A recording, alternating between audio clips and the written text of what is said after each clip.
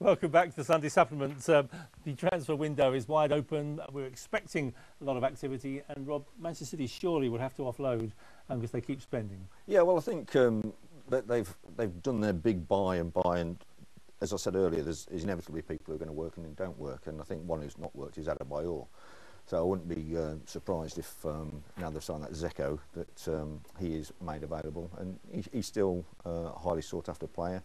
He'll get a move, but I mean, if it was Man United, they'd make sure that Adebayor went not to another Premier League club, go to somewhere like Italy, Spain, where he's out the way, doesn't come back and haunt you and embarrass you.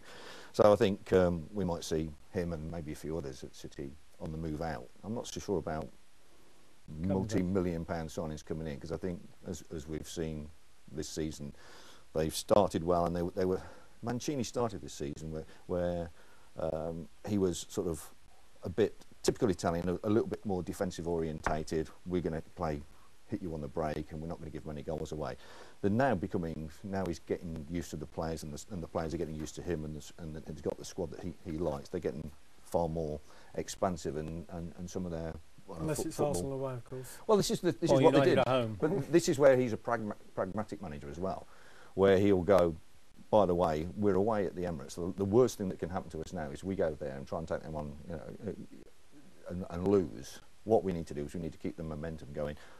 A draw there will be fantastic. I went to the Man City-Chelsea game, and what they did, they basically parked the bus and played counter-attack. Tevez scored a wonderful goal. They win 1-0. They go up. Chelsea, from that was the first real test of Chelsea, and you can chart back to that. And suddenly after that, then they go and lose at Liverpool, Chelsea, and they go on the slide. He didn't want that. He doesn't care going to Arsenal, boring the pants off everybody and getting a result. And I think he's absolutely right. Mourinho does that at times. He'll go to places and bang. We're not going to lose. Yeah, exactly. So one other player that City offloading, Wayne Bridge, linked with Villa and West Ham. £90,000 a week, though. That sounds a lot for a 30-year-old for someone to invest in. I mean, I know we're in the panicky time of the season. I find it astonishing that people are willing to pay a player that much who's not proved that he can play consistently for a team for a long time. You know, he didn't have a good time playing for City. You know, they replaced him very quickly.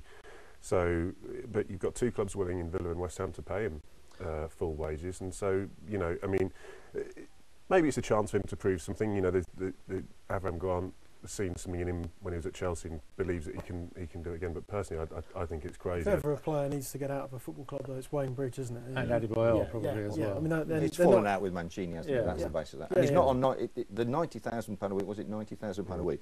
Part of that is image rights. I think his basic wage is more like 65,000. Well, exactly. So you're not going to be paying that, are you? So I think to say.